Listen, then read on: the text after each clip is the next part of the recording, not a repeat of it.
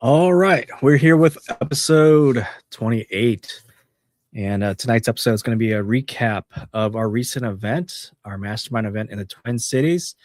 Hopefully, you guys are all doing well out there. How are you doing, Johnny? Doing pretty good, man.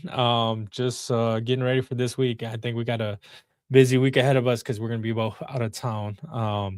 But yeah, I'm glad we're gonna be able to go recap over what we went over on that Friday. My thoughts are is that there was so much good information that I'm hoping we don't miss anything, right? But overall, man, I'm doing pretty good. How you doing? I'm doing good, doing good. It's been a good July 4th weekend, right? So, yeah, how was your July 4th? You do anything? It's good. We dropped by like a parking ramp downtown and watch the fireworks from the parking ramp. There wasn't that many people, so it was nice, man. like it Cool. wasn't crowded or anything. And it rained up here, right? So Mm. a lot of fireworks shows actually got rained out. But downtown Minneapolis actually started firing. They were a little late, but once they started going off, it was pretty nice. Oh, nice, nice. Yeah. Cool. I did not head out to see any fireworks. I was a little bit tired, but yeah, yeah, it did rain too. It did rain too yesterday. Kind of rained out in the afternoon, but it did dry back up. So it was a pretty good July 4th. But yeah, Nice. let's get right into this episode here. So we had our recent mastermind event, and thanks to everybody who was able to come out. Of course, huge shout out to our sponsors to help us make that happen. And if you missed out on the event, this episode is for you, right? To kind of see what you missed out on, right? And so, Yep. how did it go for us and all that? So, Johnny, I'll let you lead right into it. Yeah, yeah. So, I got some questions for you to go right off the bat. So, what did you think about the mastermind, man? I think that you were the one that kicked us off with the first one to speak. Outside of me welcoming people, what'd you think of like afterwards? You got to sit down through the rest of the event while I was kind of hosting it. Did you get a lot of good material from it? Yeah, yeah, yeah. So, yeah, thank you for hosting the event. By the way, you did a great job. Thanks. It was kind of like, it was kind of like real estate church, right? So we had to have the pastor up there as the MC, right? It's only fitting. So, um, no, I mean, overall, I thought the event was great. Much better than I expected. I mean, of course, we would have loved to have more people. We had about 30 people registered, right? We had room Mhm. for 50, kind of what we were expecting. Um, More would have been better, but I think the amount of people came out was just right. And honestly, at the amount of people that we had in the room, we didn't even have enough time to go around and really talk to everyone, right? Which we kind of missed out Right. on a little. To have a little bit more one-on-one time with people. Hmm. That would be nicer. But yeah, so I kicked off the event, the first session, which was the 90-day action plan, right? So I thought that was a good way to kick off the event, just because if people were newer to the investing game, or um, they're trying to figure it out, right? That was a perfect session for that. And even if they were seasoned, right, maybe they might have a couple things they need to work on in terms of building up their boots on the ground team, right? So like Hmm. couple things I mentioned is like, hey, if you want to invest, you got to build your team, right? Um, you have to have your realtor, your loan officer, your property manager, your contractors all lined up. People to help you to be successful, right? And whether you're investing locally in your local market or you're going somewhere outside your market, these are all steps that you can take to make sure that you're successful. So Yeah, no, I thought that was really good. I like how you also went over, like you asked a question, like when someone comes to you and they're like, well, I want to invest in real estate. Like you asked the question, like, okay, what do you want to do, right? Like, do you want to right. do long term? Do you want to do short term rental, like Airbnb stuff? Do you want to do a flip? Do you want to like? There's so many different ways of investing in real estate. Do you just want to do the loan part, right? Like, and Mhm. so oftentimes like when you ask that, what kind of response do you normally get when you do ask them like, hey, like which type of investment properties or which Right. type of do you want to do? Right. Yeah. No, I mean, it's such a important question for people to know. Like, hey, if you're going to be an investor, you have to know at least one or two things that you are looking to do, right? And there's a couple of times where I mean, more than half the people that come to me and they say, hey, I want to invest. I'm not gonna lie. People say, I want to invest in anything. I want to do anything and everything. I'm like, no, slow down, slow down. You can't, I can't help you if you want to do everything, right? Send you any deal. Like, no, it doesn't work like that, right? Like, hey, Mhm. I can only help you accomplish your goal if I know what you actually want to do. If you're trying to cover everything, that's really hard. Like, you're trying to do like flips, you're trying to do like rentals, you're trying to do short-term rental. You're mixing everything up, that becomes very complicated, right? Um, No. and especially if it's a newer investor, hey, you have to be very specific, right? You have to have a specific buy box that you are comfortable with, right? If it's long-term rental, like what neighborhoods are you comfortable with? If you're doing a flip, what level of flip are you comfortable with? You want to do like a complete gut job and redo, or you just want to do like a little bit of lipstick on a pig, right? There's differences to this, right? So yeah. Yep. So Mhm, mhm. Yeah, so I'm in total agreement. Yeah, I'm in total agreement that like you gotta kind of have an idea of what you want. Like you gotta have an idea of what your returns are gonna look like. mhm, Whether you want cash, right, in a short-term period, or whether you want to hold on to the property for a long-term period. yeah, I thought that was really, really good. And then once you figure out that strategy, like then you got the next steps. And it's like what you were saying earlier. You were talking about, the different job markets, the different, all right, trends and the different like what kind of landlord do you want to be? Do you want right. to have a property manager? Do you just want to own it? Like you went over a ton of stuff, and then of course then you went over building the team, which of Mhm, course I think it's really good. Having of course your local realtor, your loan officer, your general contractor, your handyman, like, and then folks that do short-term loans, right? mhm. That comes in really handy, especially if you want to do something like a flip, in case you need the funds. um so the next question is, like, so you went over having an action plan and getting your first investment property in 90 days, right? So and you went over a bunch of different lending possibilities, but like, can you go over the 7-step roadmap? Um, yeah. So, man, I don't have it pulled up right now, but I mean, the first thing, of course, is to figure out what you want to do, right? Right. Mhm, mhm. Figure out what strategy you want to do. One of Yeah, them was like, hey, figure out your market, right? You yeah, gotta know yeah. what market you wanna invest in, right? Um, and then find a realtor, right?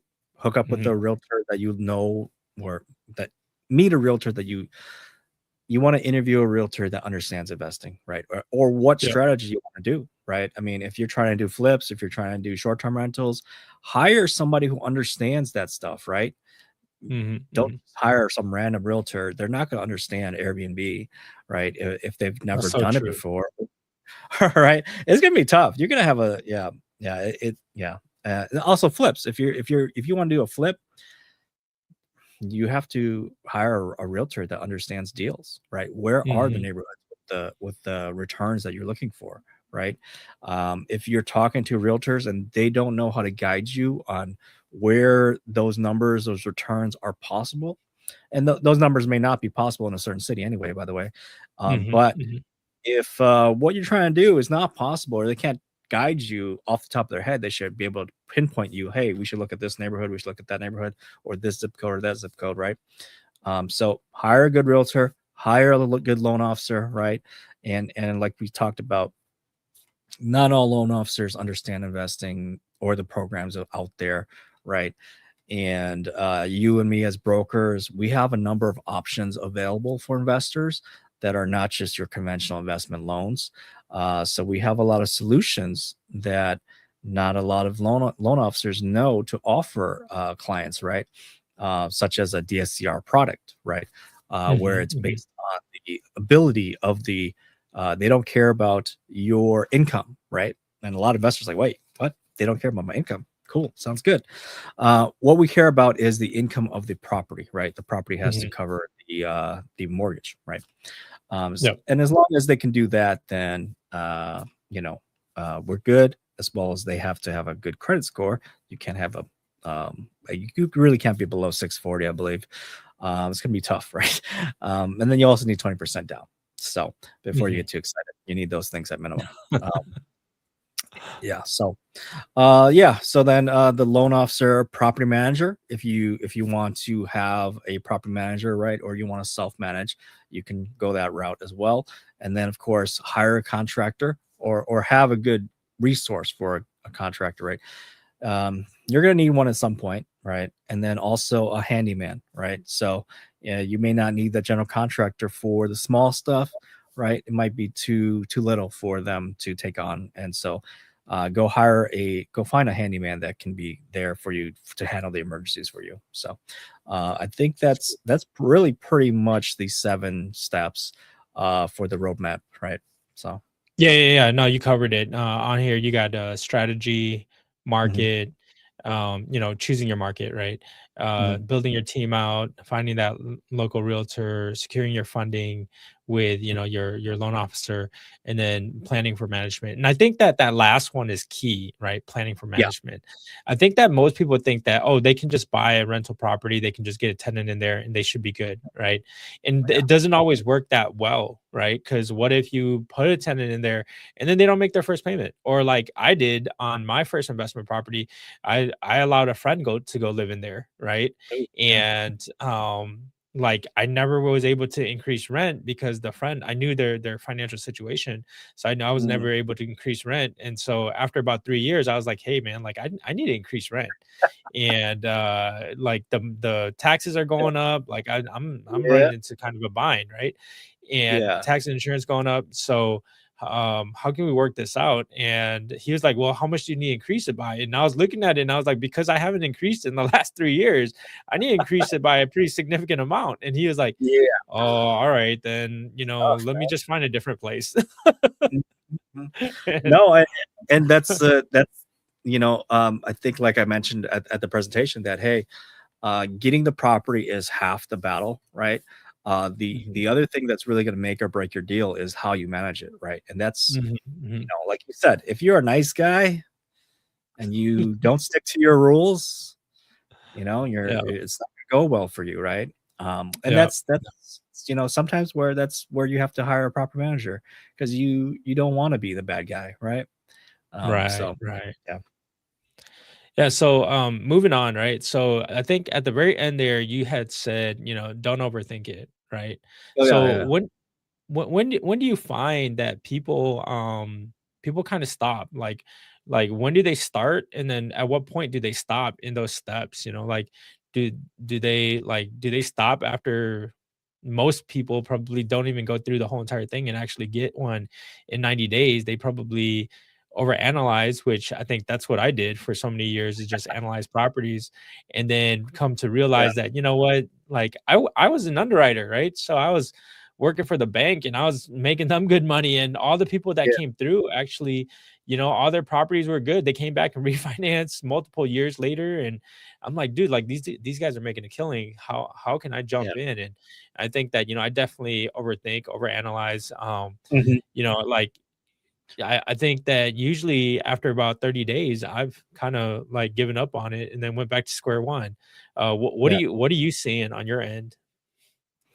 Um, yeah, I mean, I think, in the beginning, something as simple as just doing the work to talk to people could stop most Hmm. people already, right? Like, Mhm. "Hey, I can't find a good realtor," or "I can't find a good loan officer," right?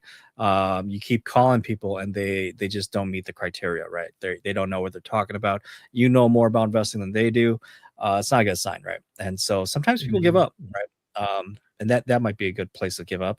But then, like you said, another common thing is underwriting deals. You can underwrite deals for yourself. You can massage those numbers to make it look good, right?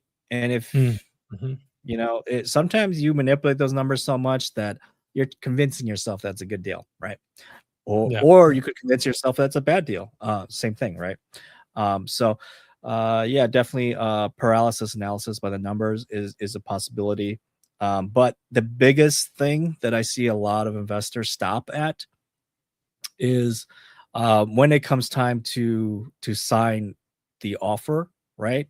When they're ready to submit an offer on a deal that they think that will work out, sometimes they hesitate on that, but then the other most common hesitation is when it comes to closing day, and they're like, "Oh crap, today is the day everything like it's official, right?" And so Right. a lot of newer investors, some of them will be scared to go to Mhm. closing, right? Mhm. And even though this is what they've wanted, even though the numbers make sense, the underwriter from the, like you said, the lender has approved the deal. So, and then of course me as the realtor or whoever your realtor is, they, if they're looking over your shoulder, like, yeah, it's a good, the numbers make sense, the location's good, or it meets whatever you're looking for.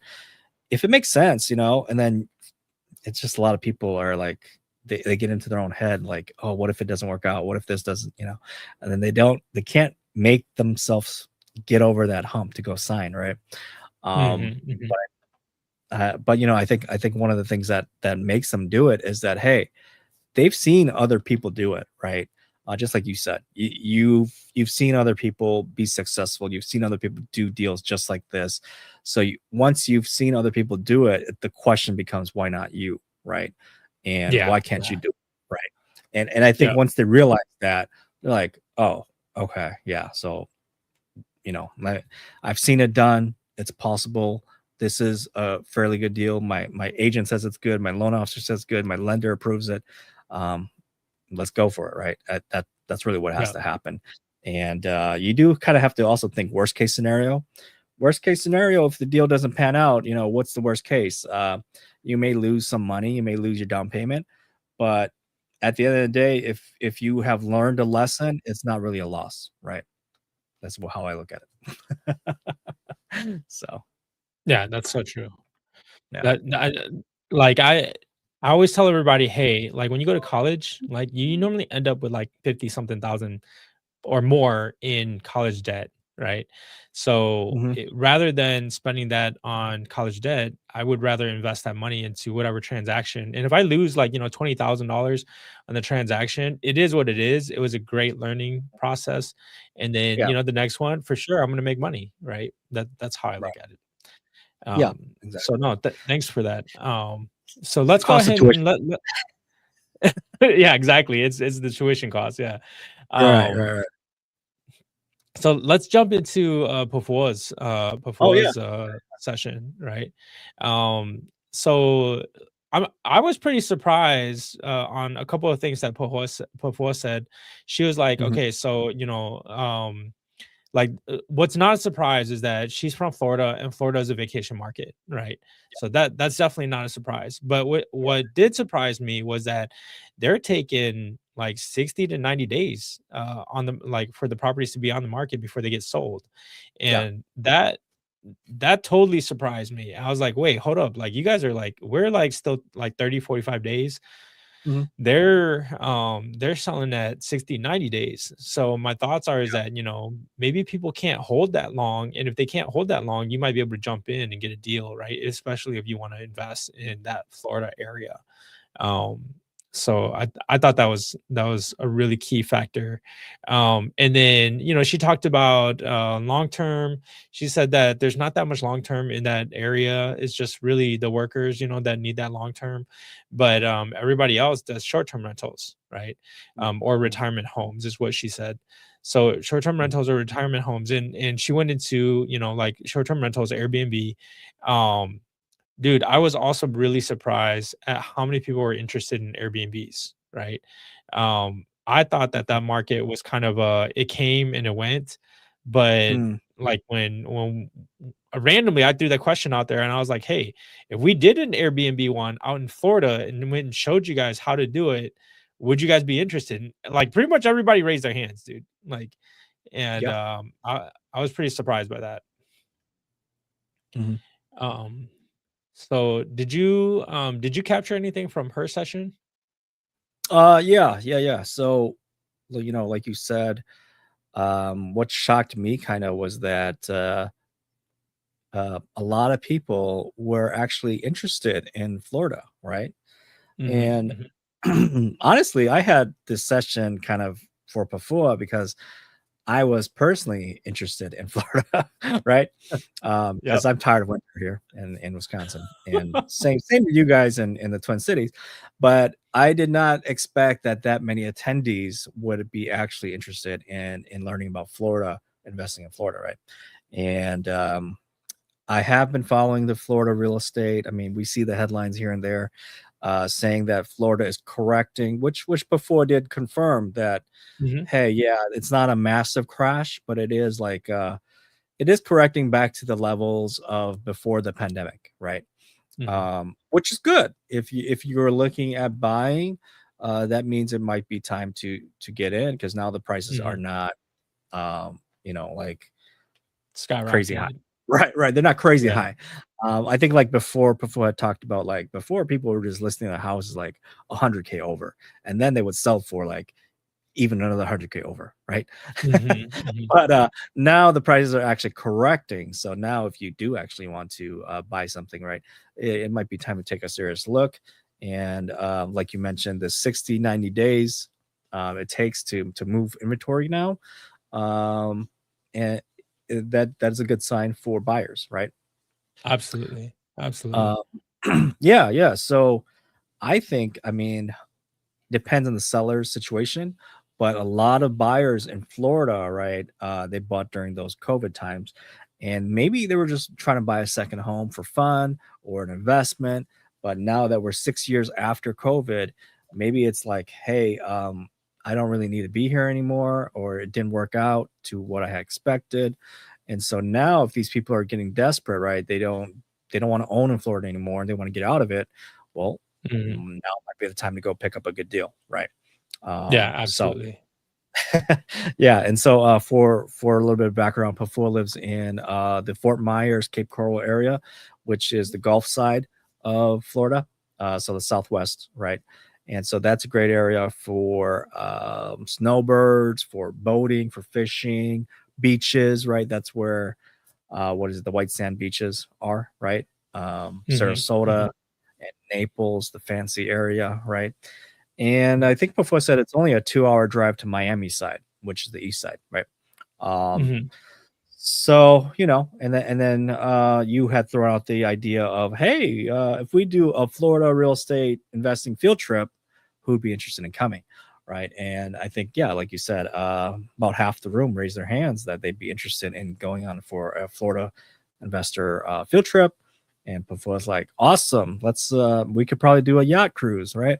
So Mhm. so we got some things we're working on here in the future for a Florida mastermind. So, people who are interested, right? And I know some of our people in our community, right? They desire a place to retire where it's hot, and maybe they can grow some tropical fruit farms. And so I hear Florida is a great place for that, right? So Mhm, mhm. we can also visit that too. So Yeah, no, yeah, I thought her. I thought, she went over quite a bit of good stuff. Like, Mhm, she talked about, diversifying your portfolio as an investor, having mhm, some long-term rentals and then having some short-term rentals. And then, mhm, it's okay to have rentals across different states too. And then after she talked about that, she also talked about, some of the benefits of owning Airbnbs, right? When you own a Airbnb, and you manage it yourself, you have the ability to claim like accelerated depreciation. Now, again, we're not we're not CPAs and we're not attorneys out here, and you can go and check your local guidelines as well as your federal guidelines. But my thoughts are is that you could, if you're making a lot of money, Airbnbs can alleviate some of the taxes by doing some accelerated depreciation. I think that that's pretty powerful if you are able to do it and you are able to handle that type of transaction. She did say that in Florida you want to have insurance, but you also want to have you gotta get the air coverage too from Airbnb, or at least she does that, right? So she has an insurance Yeah. policy to cover all the insides of her house, like a rental. And then she also has air cover, so when someone actually breaks something inside of her house, she can ask Airbnb and use that insurance and claim some of the money so that she can actually go back and buy something new, right? And so Mhm. I thought that was pretty good. She also covered, like, making sure you have your team, just like how you did. Um, Mhm. in an Airbnb, she said that you're gonna need your maintenance crew, you're gonna need your cleaning crew, right? And Mhm. something that, like, I didn't think about, but my thoughts are is that once you hire a group of people and they're really good, that you should Yeah. probably just keep them on. But then she was telling us that you keep them on for like a year, and then sometimes you got to trade them out because, like, sometimes they get lazy because they've been working for you for a while, and they don't clean it as good as they first did when they first got the contract, right? And so now you got to Mhm. find someone new that will be able to clean it better. And I was like, oh, that's so interesting. Like, I've never run into that, because I thought that if you got a good group, you're good to go. But that's not always the case, right? Not everybody always wants to clean an Airbnb, or at least that's what it sounds like. Um, No, I think so. I do own some Airbnbs, and we have that problem too, where um, okay. your regular cleaner, after a certain amount of time, you want to send in, you want to switch it up, right? You want to send in a different crew, right?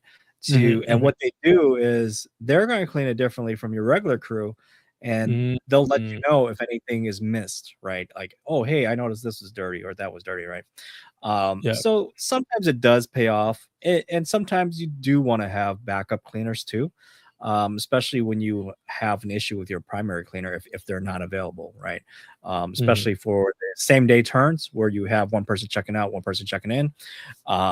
You better have that backup cleaner to go, right? So it does pay off to have that. So that is Multiple pretty powerful. cleaners. Right. But at Okay. the end of the day, your reviews will tell you personally if your place is clean or not, right? If your guests complain about the cleanliness of your place, then that's a sign that you should probably look into what your cleaner's doing and probably fire I them see. and get a cleaner, right? So, Yep. yeah. Yep. So she talked a little bit about, competitive pricing, right? She said that Mhm, she just uses what Airbnb kind of gives her. Is that what you mhm. do too? No, so I don't do that. I mean, not really. So I mean, Airbnb does have some kind of pricing software within Airbnb, right? I don't use Mhm. that because supposedly, so I went to the school of Avery Carl, right? So you know Mhm. Avery well, the Yep. short-term shop, right? And so she wrote this book for Bigger Pockets, and she's pretty well known in the short-term space, That and she's good she at what she teaches. does. Yeah, she's great at what she does, and without her, without learning from her the confidence to manage a property thousands of miles away, right? Get her book if you're interested in learning how to manage short term rentals by yourself, thousands of miles away. It's it's fantastic insight, and other things she teaches is that that you were talking about the pricing is that there's Mhm. software out there that will automatically look at all the Airbnbs in the area, right? And they will adjust your pricing live, right? And that's what we use. Oh, So nice. we use a software called Price Labs. And so Okay. Price Labs is one of the well-known softwares out there in the Airbnb space. And it plugs into what is known as our platform management system, which is OwnerRez.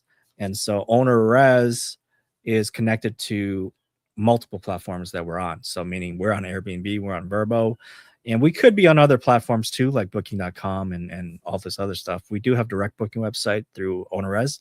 Um, but what it does is Price Labs will always consistently look at what's going on in the area around our Airbnb, and it will adjust our pricing automatically, and then it will send it to OwnerRez, and then OwnerRez will automatically push out updated pricing to Verbo and Airbnb, right? Oh, Um, nice. Sweet. yeah. So it's pretty cool. So basically, you set up Price Labs one time. You go into Price Labs and you set up, hey, here's my base price, and you say, hey, here's my minimum price. and then you say, okay, go. And it pretty much comes up with like a price for the weekdays, for the weekends, uh, busy season, slow season. It comes up with all this pricing, right? And it even has the ability to do like last minute specials, right? So if your place is not booked Nice. and it's coming, like say the weekend's coming and you got no bookings, it'll drop the price for you automatically too. Sweet. So as long as yeah, it's pretty cool stuff. And like, living we have our property in Milwaukee, and we have a lot of festivals here, right? And so it's Yeah. kind of cool. In the summer, we'll randomly get a booking and it'll come in and it'll be like in the middle of June, and it'll be like, oh, got a booking for the weekend here for our 2-bedroom apartment in Milwaukee area. I'm like, wow, $700 booking for 2 days. Shoot, that's awesome. Wonder what's going on this weekend. And so I'll look it up and I'm like, oh, it's Harley Fest. Oh, Yeah. this band Green Day's coming to town. Like, oh damn, okay. And Let's the see. prices like went through the roof, dude. And it's like, I don't have to update it, right? So I'm not, it's like set it, forget it really. It's That's really cool. perfect. Yeah. Sweet, sweet. So Yeah, no, that I think that's great that you're using that. I was gonna say Price Labs is something that I've heard of. I don't have an Airbnb. I don't run Airbnbs, but my thoughts are mhm, is that you would need something automated so that it can be quick and so that you yeah, can get as many bookings as you need, as well as right. get the right price for whatever events are in town. And that's Yeah, perfect. That's perfect. Um, so one thing people say is that for Airbnbs, it's not just a rental, like, it's actually a hospitality business. Would you agree with that? correct. Okay. 100%. 100%. Yes, Okay. yes. Yeah. People, if you're thinking about going to short-term rentals, it's no longer just a rental property. It's no longer a passive investment. Okay. It's like going to Amazon. Anything you want to buy at Amazon, it's by ratings, right? And you yourself as a consumer, you go on Airbnb, what are you looking at? The first thing you look at, you filter is, oh, what are the ratings? Right. Mhm, mhm. And I think one of the guests is like, one of the attendees is like, oh hey, yeah, I just launched my Airbnb and I got my first booking and they gave me a 1 star. What do I need? Can I change that? What do I need to do? Right. And Mhm. unfortunately, the truth is that ratings, especially if you're brand new to Airbnb, it can make or break your investment, right?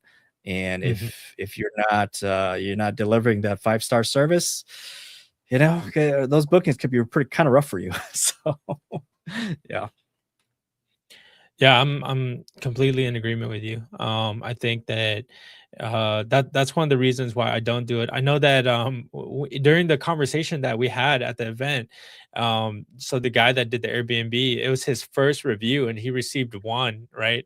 And so some of yeah, us yeah, were like, "Hey, just start a new account. Like, yeah, you yeah, learned your yeah. lesson. Start a new Just account." to delete, start over. Yeah, yeah, yeah. And it like we say that, but I don't think it's as easy as just creating a new account. Like, when you're creating a new account, you got to like make sure the LLC is correct, make sure you have the correct email address, make sure the communication is not going to fall through. Like, there's actually a lot behind the scenes that you got to do, right? Or is it as easy as just creating It's a not new too email? hard. Honestly, it's not too hard. Just create a new email. Okay, sweet, that's good to Yeah. know. Yeah, the Sweet. hardest part about Airbnb launching though, since we're talking about it, you just have to make sure you comply with your local ordinances, right? Okay. And I think we mentioned this during before session is like, hey, before you go and buy a property, do Airbnb, you better check to make sure that the local municipality Yeah. allows them, right? Because Yeah. if they do not, or if they have certain restrictions, like, hey, um, we do not allow any short-term stays less than 7 days. That Hmm. means your place has to book a minimum of 7 days. Hmm. Hmm. That's kind of a deal breaker, right? If the guests do not want to stay 7 days, right? Correct. Um, Yeah. and yeah, and so there's other really strict cities too where you can only you can only like Airbnb if you actually live in the place, or you can only Airbnb if you live within an hour or a certain distance, right? A certain amount of Hmm. miles or Hmm. whatever. So there's a lot of crazy rules going on with Airbnb. Um, Locally in my area, one town, one city, Glendale just banned them, because there was like so many. yeah. There were so many crazy parties at this one house and Oh multiple man. calls, right? Noise complaints, multiple calls. I think, I don't know, gunshots. Um, Oh so yeah, no, that's crazy. they ruined it, man. They ruined it for that town, and that town is actually kind of by the lake and kind of a nice area too. So that kind of sucks for anybody who was Airbnb in that area. Yeah, Yeah, that's a huge bummer. But I mean, there are towns that are for it, and then there are towns yeah, that are against correct, it. And so, correct. like, when you go in, I'd recommend if you're looking at the property and the neighbor's standing outside, ask them, right? Like, are there a lot of Airbnbs in the area? And if so, do you guys like hate them? Like, and they're gonna be like, yeah. So there's an Airbnb down the street. The whole entire neighborhood is trying to, talk to the city to try to get rid of it. And if Mm, you hear that, it's probably best if you don't go into it, right? yeah, yeah, yeah. Or talk to a good realtor that knows the area. Right, um, right. And this is also where people should probably read Avery's book. And this is kind of like, hey, there's multiple different kinds of markets for Airbnb, right? mhm, Uh, mhm, you have your Airbnb friendly locations, like the vacation destinations. Those mhm. markets are built for Airbnb. They love Airbnbs, right? Yeah. And they will never terminate them or ban them, right? They may Mhm, have mhm. limits and restrictions eventually if things go out of hand, but they're not going to flat out ban them because that's how their economy runs. It's vacation Yeah. market, right? And Yeah. and that's why Avery invests in the markets that she invests, right? And she helps investors get in those areas, right? So yeah, Sweet, sweet. All right, let's shift, right? I know I went over some underwriting stuff, but the underwriting stuff is boring, right? Most people probably don't want to hear about it. So we're just gonna skip over that and we're gonna go right to Two Fang stuff, right? I thought that Two Fang and Hui brought they brought such good material, like just oh yeah, crazy good material. Um and Two Fang is, he's so his first name is Two, his last name is Fang. We call him Two Fang, right? But he goes by Two. Um, if you know the guy, you know that he's a burr guy, meaning like he loves to do the buy, rehab, rent it out, refinance it, and then repeat. Like he does that on a well, he used to do it on a pretty consistent basis. I think he's slowing down now because he's got, a family now, like of young ones, and so he's kind of slowing down. But he's starting to invest into other things like assisted living. yeah, But the cool thing is he brought it and he was like, hey, so if you want to make $1 million in real estate, right? It's super easy. He was like, just buy a 2 to 4 unit, buy a small single family, buy a large single family, and then now you have 6 units, right? And if your significant other, if you guys aren't married yet, they can do the same thing. You guys will have 12 units, and then you just go back to your daily routine. Meaning, like, if you don't like working in the real estate industry and you like working in IT or you like being an engineer, you just go back to doing that, right? yeah, And you just pay for these, and in the next, however long the loans are, they'll get paid off, and then you'll become a millionaire. And it's like a super easy process. And so I thought that was super good. And he says that if you're single, that's even better because you can start out house hacking, right? Meaning you buy a house and you rent out the rest of the rooms inside of your house mhm, while you're living there. Now, all of these ideas are based off of you occupying it for at least a year. When you first buy it, right? So that you can use a limited amount of down payment, right? Or the smallest amount of down payment possible. right. And I thought that was like really good. Now, that's something that I've already thought about in the past. I've never implemented on it because, like for me, I heard it when it was too late and I had already bought, investment properties and stuff like that by that time. But I think that this is key. If you can do this, I think it's phenomenal. What are your thoughts around that? Yeah, no, I mean the Burr method is a phenomenal strategy, especially compared if you combine it with house hacking, right? Which I think he did mention, like, you go get a duplex and you live in one unit, and then um you know, especially if you do the BRRRR where you buy a house and you force value into it, right? Mhm. Some Forced upgrades, appreciation. repairs, right? And then you can pull out the refund. When you do the refinance, you're going to get some of that money back so that you can go Mhm. use the profits potentially to go do your next transaction, right?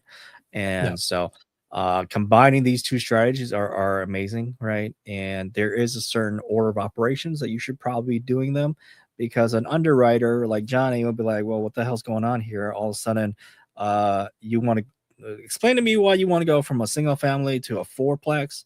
Why do you want to go live in a fourplex? Right?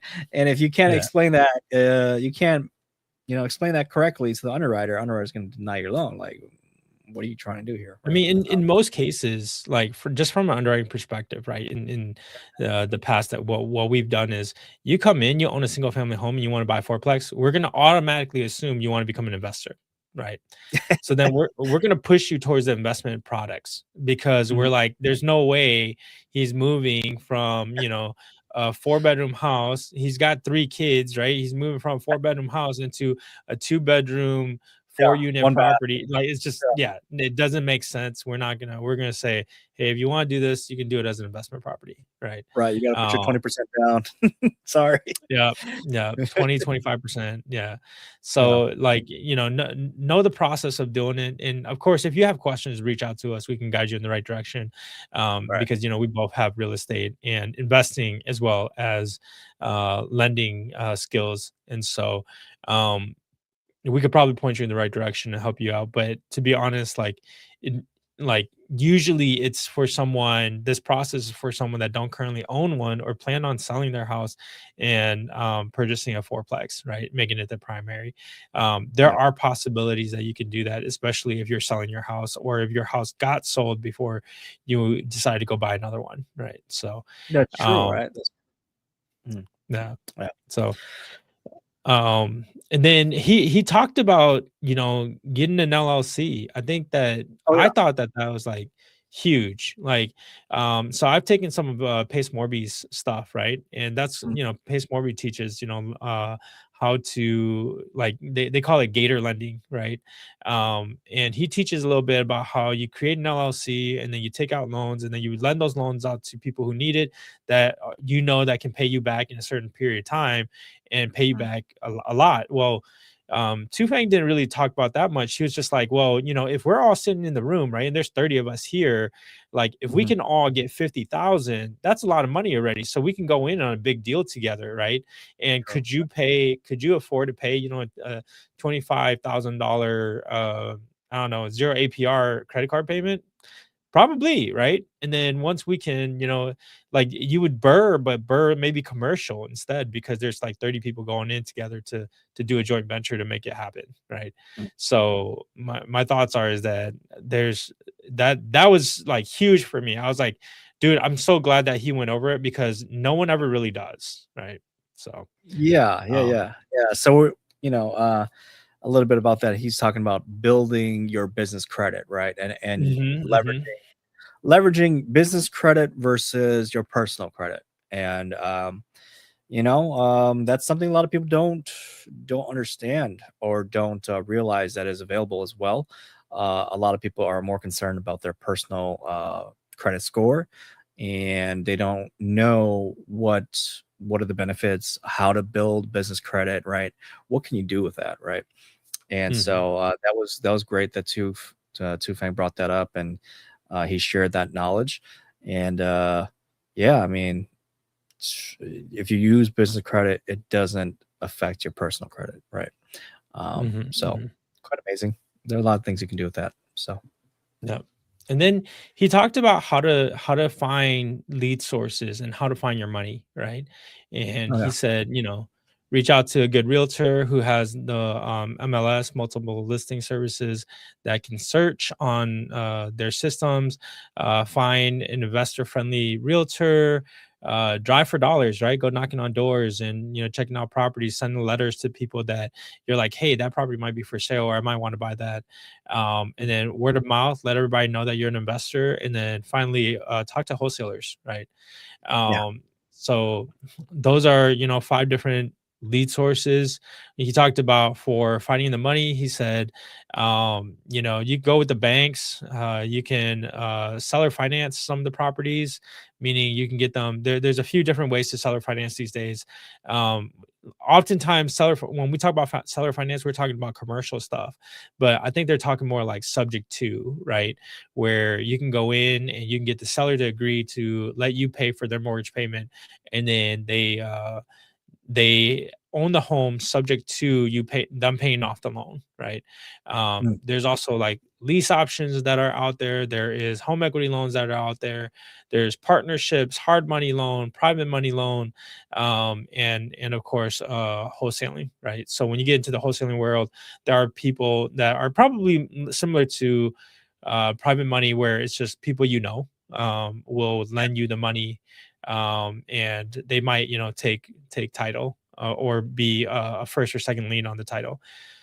um and then of course, hard money lenders are the money lenders that usually lend on flips. And so, if you don't know about that, I recommend you do some research on it. Bigger Pockets got some pretty good information on it, or you could just reach out to us and we can kind of talk to you about it, because Laura, you guys have hard money products, right? Or something similar to hard Yeah, money we products. do Do you have? actually. We have lenders who are hard money lenders. Yes. Okay. So. Mhm. Yeah, yeah. So both of us are loan officers that have the ability to do hard money, across. My assumption is across all those states we're licensed in, as well as some that we're not licensed in, because hard money is a non QM product, right? Right. Um, yeah, and then I think the thing after that he talked about was how to do the estimates, right? How to calculate it out, and he gave us a calculator to go through it. But Mm. if you weren't in the event, you're not going to get a copy of it. So I recommend reach out. We could probably run the numbers with you. We are only sending out that calculator to the people that were a part of the class, and so it's some secret information that Tufeng has in his like he does a wealth builders event, and he actually took all of his stuff that he does over 2 days and summarized it into like a, what is it, 45-minute session. And so he was going Yeah. really fast. Yeah. Um, He did like 3 presentations in 45 minutes. he did. Yeah, that's And pretty crazy. yeah, the final one was create a symbiotic business, or businesses, right? Create symbiotic businesses, Mhm. meaning businesses that are in the same category as your business. Like, say, for example, for him, he's a real estate agent. He owns a rental portfolio. He does flips. He does new construction. Those are all like different businesses, right? He does some lending. He has a wealth builders education program, or Hmong Wealth Builders education program, in his school. He has a staging company. He Mhm. has a new plumbing company, and he's moving into assisted living. So it all has to do with real estate, right? But they're all different businesses and they all function differently. And so that's what he said about that. And I think that, like, that's really good. I think, just my opinion is that you should probably focus on one thing first, grow that one thing to be really, really Yeah. good, and then move on to the next one. And that's what he really did. Even though, like, it sounds like he's doing a lot right now, he actually started with one type of business to begin with, to reach a certain level of success before he started a new business. And that's what we would recommend you doing. Definitely. Yep. So we covered a ton there, and the thing is that we still got Hughes, or Hui's. I always call Wait. him Hugh because of how it's spelled, but like his Yeah. name Yeah. is pronounced Hui, right? Wait. Yeah. And so Hui stuff is like it. I think it was like Oh, it both was of great. them were on point with what it is that they presented, right? And I thought what was really cool about Hui's was he talked about how it's super important for you to live mortgage or rent free, right? Um, and so he talked about how he picked up properties that had ADUs, and then he would Airbnb the ADU, and it would cover for his monthly payments. And I thought that that was phenomenal. I don't know if you can do it everywhere because definitely here in the Twin Cities is probably gonna be much harder to do. We just don't have very many ADUs, right? Mhm. And the cities that allow it, you kinda have to build one, and so I don't know how cost effective that is. However, I mean, dude, if it pays for your mortgage, it pays for your mortgage, right? Yeah, yeah. So I mean, I thought, yeah, his presentation was phenomenal. And the title of his was like, "How to Make Your First Million in Real Estate," something like that, right? And Mhm, mhm. he actually has a he didn't mention it, but he is in the process of publishing a book, and so Oh, nice. I didn't know yeah, that. yeah. He's publishing a book. It's actually coming out August, September, maybe. And so yeah, we'll look for that on Amazon. And it's basically, he said, condensed. What he presented on was a condensed version of his book. Oh, nice. That's very Yeah, cool. yeah, and yeah, no, his strategy was kind of like a house hack, but with Mhm, ADUs, right? mhm, And yeah, like you said, not every it's not going to be available option in every single market. It depends if your municipality allows ADUs, but his does. And the key for him was that he shared, right, is that, hey, when I'm looking at buying a property for me to do this strategy, I'm looking for places with a larger lot where the main house is far enough from the existing, and most of these had existing either a shed or a barn in the back, right? And it's mhm, far enough from the main house. And then they would go and they would renovate and basically make that shed, that barn livable, right? And mhm, then they would mhm, throw it up on Airbnb. And yeah, it's crazy, right? So now you have two cash flowing properties, potentially, all right, if you're renting out both, right? mhm. So yeah, it's phenomenal strategy. Yeah, yeah. No, that's I thought it was really, really cool. There's a few things that he also mentioned. So like he started off kind of like, well, I mean, he explained who he was, and then he went over like you have to understand what is good debt and what is bad debt, All right. and whether like and not having bad debt if ever possible, right? It's super important for you to not get into the habit of buying things that you don't need, or that doesn't help you build wealth, right? And so he said, and it's okay if you get into good debt, like for example a house, right? When you buy a house, the likelihood is that if you're renting it out, someone's paying for the mortgage and you're getting income off of it. That's a good debt to have, because if you were to sell the house, you can pay off the debt. And so he went over a bunch of different slides so that you can tell the difference between what good debt is versus bad debt, or like the ones that are in between, right? Like buying a new car, is that a good debt or bad debt? Are you using it for Uber, or are you just parking it in the garage for fun, right? And so I think that those are pretty important. He also talked about, like savings needs to be automatic, right? Oh yeah. And yeah, and I thought that that was really key. He was like, dude, like if you make it hard for yourself to access your savings account, right? Then you won't be accessing it and it'll grow. And I think that his big thing is, he said willpower is overrated. People just don't have the willpower to control themselves to not buy That's true. something, right? Because I mean, I 100% agree with that. And I think I have more willpower in the morning than I do in the evening, right? Like Mm, if someone gave me a cheesecake in the morning, I'd be like, nah, I don't need that. And then, if they give me a cheesecake at night, I'm gonna be like, yeah, let me get a piece. You know what I mean? yeah, yeah. Um, and so, like, if savings is the last thing on your mind, then it makes it difficult, Mm, for you to even save. But if you put it on automation and you don't even recognize that it's going out, but it's going out into a savings account, then you'll be, less likely to spend it or use it, and, you'll be able to save more for what it is that you have your goals for. Um, and then, he talked about, the living free thing.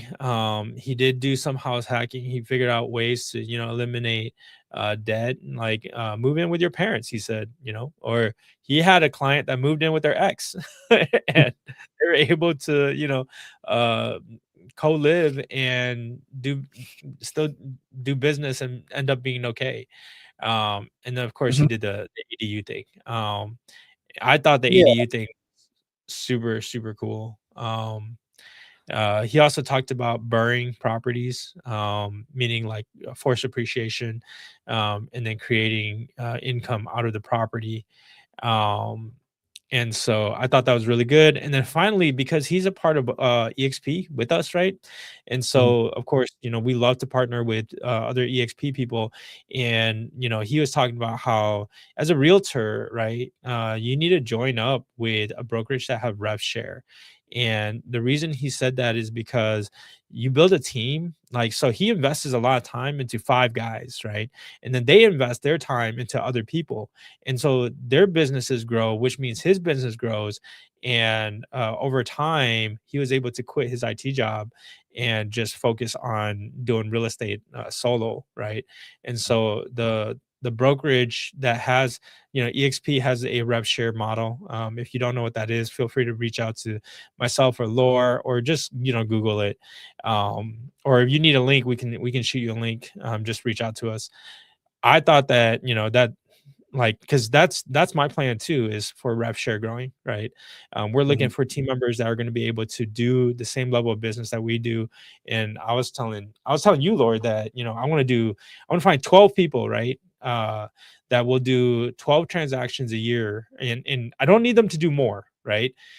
But what I would like them to do is find another person, another 12 people, and mentor them and do 12 too. In the state of Minnesota, if you're doing 12, you should be making close to 6 figures, if not making 6 figures. And so my thoughts Right. are is that, hey, if you can make 6 figures, that's more than most people make in the Twin Cities, anyways, for one individual income. And so if you can do it, your spouse can do it, whatever the case is, you guys would be living in a better lifestyle. And then you get to teach others to do the same thing. And by doing that, you grow your rev share model. And I think that, it's super important that you find a business that you can actually do really, really well. And then, of course, he gave us some of his secrets and how much he makes on a monthly basis, which is like, he in rev share, he makes 6 figures, right? I'm just going to say Yeah. it like that. We're not going to show you the slide or anything, but um, if you think about it, if in rev share alone you're making 6 figures, hey, why not? You should join Right. a model that has it. Did you want to cover anything else? I know our time's running out, but I just wanted to see if there was something No, I missed. yeah, yeah. I mean, so he had a really good presentation, like you said, and I think the gist of it is that understand how to use debt, right, for your advantage. Understand what good debt is, bad debt is, and then live as close to free as you can. So then the next step is to increase the amount of streams of income, right? Essentially, right? And so once you're able to increase more income, then you will build wealth, right? And um, for him, that was through rentals, through ADUs, Airbnbs, through flips. He had mentioned he had done over 100 flips already. During COVID, he was doing five Which a is month. Right? crazy. He was doing 5 flips a month. That's insane. Like, okay. And then, of course, if you also tie this into also being a realtor and being part of a brokerage that does more than just allow you to sell homes, right? Which Mhm, he mentioned at EXP. Through the RevShare organization, he has partners. He has partnered with over 300 other real estate agent partners. That's in his RevShare organization, right? And so, really, what it is it's allowing you as an agent to build your own brokerage underneath EXP. And so now you're getting paid from your agents, right? Same way you mhm, would if you were mhm. to open up your own brokerage, right? But the key difference is that when you're under EXP is doing all the they're taking all the liabilities, right? So they're taking the lawsuits for you, so you don't have to, right? Yep. So pretty beneficial. So you get the benefits without some of the liabilities, personally, right? Including taxes and legal, getting your Accounting. yeah, accounting, state licenses, local, Yeah. regulations. All that is off your plate, right? All you have to do is focus on building your team, selling real estate. That's really what you're left with, right? And also, he didn't mention it, but EXP, you're also a real owner of the company, right? So now Mhm. you're also getting stock. So the more money that you're bringing in, you're benefiting as well because you're a co-owner, right? So, Mhm, some mhm. very cool things to take a look at. And like you said, if you have questions about that, feel free to reach out to either of us. We'd be happy to talk to you more about that opportunity. If you're looking for a brokerage that definitely helps you do more than just sell real estate, right? Um, so yeah, I mean, I think that's really the gist of it is like reduce your debt, stack your income, and you'll get there. So Yeah, I mean that like there's I think there was so much more when you're live in person. We got to network with them after the fact. yeah, What is it? Uh all of the speakers, all of the sponsors, they stayed after. We, had a couple of drinks. Of course, I only drink water, so but that's okay. Like everybody else was having a good time. And then after that, we were able to do an after party too, which turned out to be really, really good. So at least I thought it was really good. So oh yeah, it I forgot about that part. and, No, yeah, that yeah, was great though. I mean, I think like you said, a lot of good learning during the event, right? But I think a lot of the relationship building and a lot of like, hey, one-on-one questions you have specifically, um, that that really comes after the event's over or in the mhm, hallways, right? Talking to people. That's really where you're gonna get the nuggets, right? So mhm. no, I think overall the event was a good success, right? Success. Yeah, absolutely. Yeah. So I don't know. What do you think? I thought it was really good. I think like and I want to, recap kind of what you said. Um the learning happens in the classroom, right? In the Mhm. session, in the mastermind. The Yeah. deals happen, when we go to the bar, right? That's when the deals happen. And so if you stay after and you get to learn, you learn and then you wanna hear more about what they're actually doing and you wanna actually be involved. Let's say you have a little bit of money, and you wanna be a partner in the business. Well, they're doing transactions, so they're gonna be talking about their transactions while we're at, the bar area. And even if you don't drink like myself, right, you can at least go there. We had buffalo wings and, tater tots and stuff like that that was out there. Mhm. It was really, really good just to sit there and chit chat with like mind investors, right? And so Yeah. if you get a chance, if we put this together in Florida, right, and I think it's gonna have to be next year, right, unless you're thinking this year sometime. I mean, it's up to you, man. I'm game whenever. I mean, we put this one together honestly in 2 months. I think uh, we could probably do it in August. I don't know, but we'll see. I'm going Um, down in Thanksgiving, so if you guys wanna try for it, we can aim for oh, that. see, so you're already going, so there you go. Yeah, So set it yeah. up, Johnny. And that's probably a good time to go because nobody wants to be here or in around that time of the year, right? In the winter time, So right? But right. people are gonna be So with their families, so and we want people with their families, so we'll see. yeah, we'll see. I mean, maybe you do it the weekend after or I don't know, a couple days Yep, before Thanksgiving. Who knows, right? But yeah, yeah, we'll definitely have to see where it goes from here.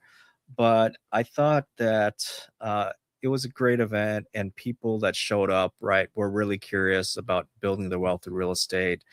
Met some great people. And I hope I know some of them got some really good takeaways, and some of them were like, "Yo, this event was awesome. I'm happy I came. Thank you so mhm, much for putting this together." Right, and it was awesome to hear that. Oh, because quite honestly, wasn't quite sure um, how like the what people would take away from it, but mhm, some mhm. people were blown away. They're like, "Dude, I've never been to an event like this, and I'm glad I came." Right. Yeah. Um, so I don't know, man. We might have to take this show on the road, dude. We might have to do more than Florida. Uh, let's think about it some more. And then if we get enough, what is it, interest, then we'll make it happen. Oh, So we already got some interest. Somebody was like, "Hey, you got to come to Sacramento." yeah, yeah, they did. So they did. So we gotta go West Coast trip. Maybe we got to do an East Coast trip, another Midwest, and Oklahoma or Wisconsin for sure. Because I'm in Wisconsin, that'd be an easy one. Um, Yeah. but for sure, no, I think there's people out there that need to know about this, right, and build Oh, their yeah, wealth. absolutely. So yeah, overall, it was a really good event. I'm glad we decided to put this together. And at first, it was just a random idea, like, hey, let let's just do something live. Yeah, we were like, And yeah, let's do it. like, are you sure people are gonna come? I don't know. And then just like, screw it, just do it. We'll see what Yeah. happens. And no, but the venue, I thought the venue was a good pick. It was good location, right? Um, the food could be better. Um, but the location, the venue was good. It was, looked professional. Audio screen good. Room size of the room was good. Um, so yeah, I was happy about how the venue turned out. And then huge thanks to our sponsors, right? Oh For yeah, yeah. helping to make this possible. Because honestly, without them, yeah, it probably would not have been possible. So shout out to Arden Title, Peng Vu, Mhm. Mai Vu Hyung at Unity Title Unity Services, title. right? Mhm. And then our other sponsors, Mark Vang with Farmers Insurance, and Mhm. then Sai, right? Sai Yep. Hyung with Sai Hyung with with Home Sellers, and he's also yep, GC, right? yep, Um, yep. and then lastly, Fong Fang with Granite Mhm. Bank, right? So Yeah, yeah.